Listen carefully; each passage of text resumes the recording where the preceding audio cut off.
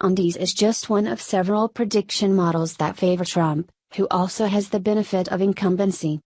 The president never misses an opportunity to boast about the Dow or the latest jobs report, and those rosy indicators give other Republicans something to run on, no matter what's happening in Washington.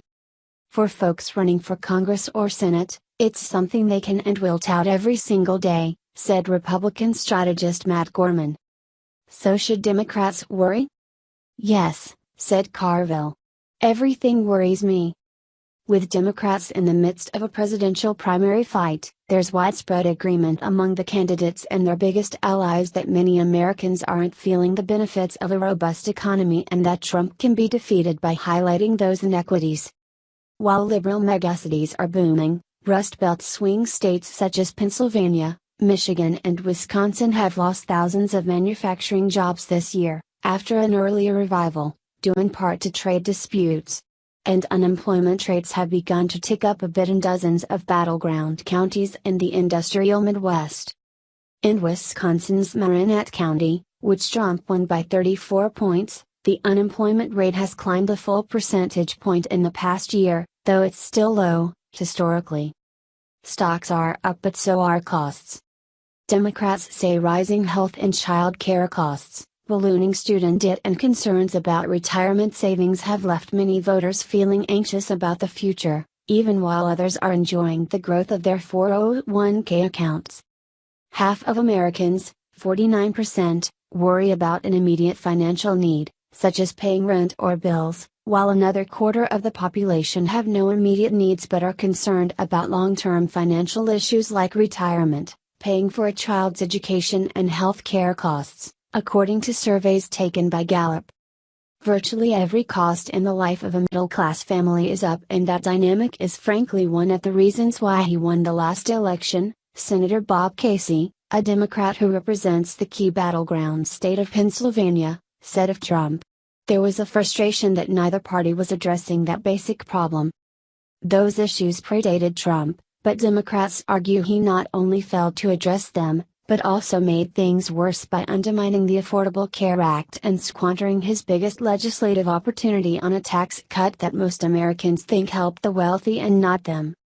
Those messages have already started to appear in ads run by Democratic super PACs, like Priorities USA, which has spent $8.2 million since July on digital ads in swing states.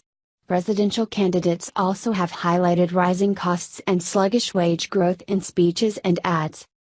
The idea that Trump's strength is on the economy is false, said Patrick McHugh, Priorities USA executive director. While macro indicators might suggest that the economy is doing all right, everyday Americans are not feeling that. The Super PAC's extensive polling of battleground states has found voter satisfaction with their economic situation fell 8 percentage points from May to October, and their approval of Trump's handling of the economy dropped from a net plus 10 points to an equal number approving and disapproving. Some nonpartisan polling backs that up. A new Pew survey found that while 69% of Americans think the economy is helping the wealthy, just 32% say it's helping the middle class and only 27% say it's helping the poor. And 58% say the economy is actually hurting the middle class and 64% say it's hurting the poor.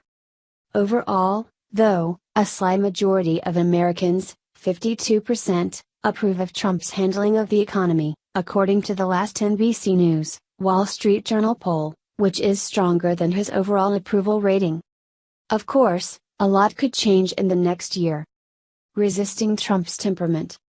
Selling their economic case will depend on Democrats not repeating their mistakes of 2016, when they focused on Trump's temperament while he focused on telling workers he would bring their jobs back.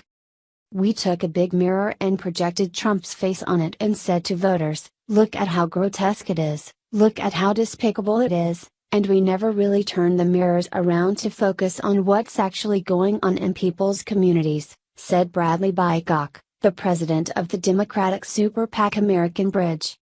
The group plans to spend at least $50 million in 2020 trying to soften up Trump's support in conservative areas, After having compiled research on 77 counties to try to localize messages about how the president has driven things in the wrong direction on jobs, healthcare costs and more.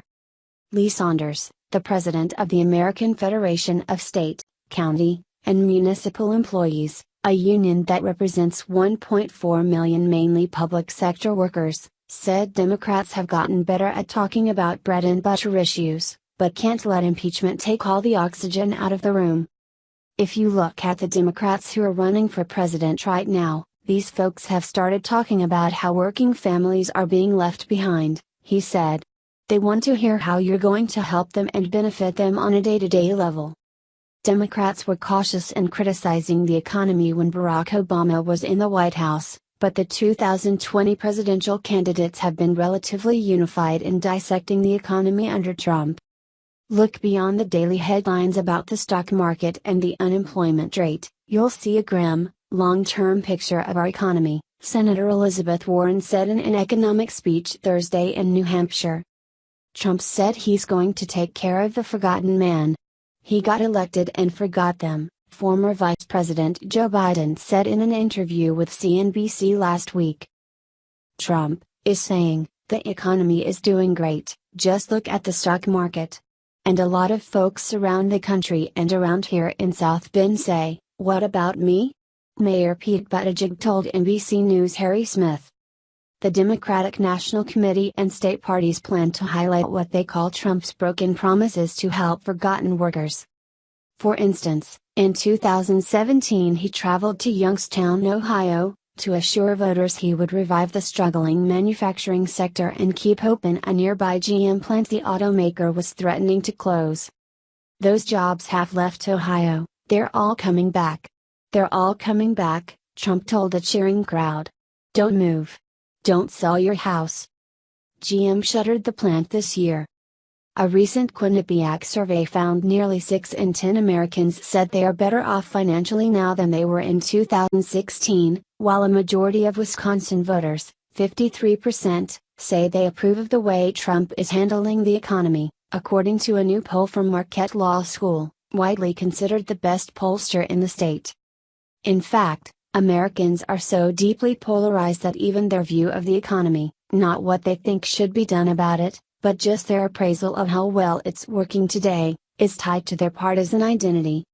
Republicans' view of the economy dramatically improved as soon as Trump took office, while Democrats' view of it declined, even though the economy under the final months of Obama's tenure and first few months of Trump looked virtually identical. Today, 75% of Republicans say the economy is excellent or good, versus just 41% of Democrats who say the same, according to Pew. Findings like that make Carville wonder if, in 2020, it really still is the economy, stupid. Trump is impervious to everything, good or bad. He just stays at 41.7, Carville said, referring to the president's approval rating in 538.com's average. I don't care how many good stories about the economy come, I don't care about how many bad stories come, it still comes up 41.7.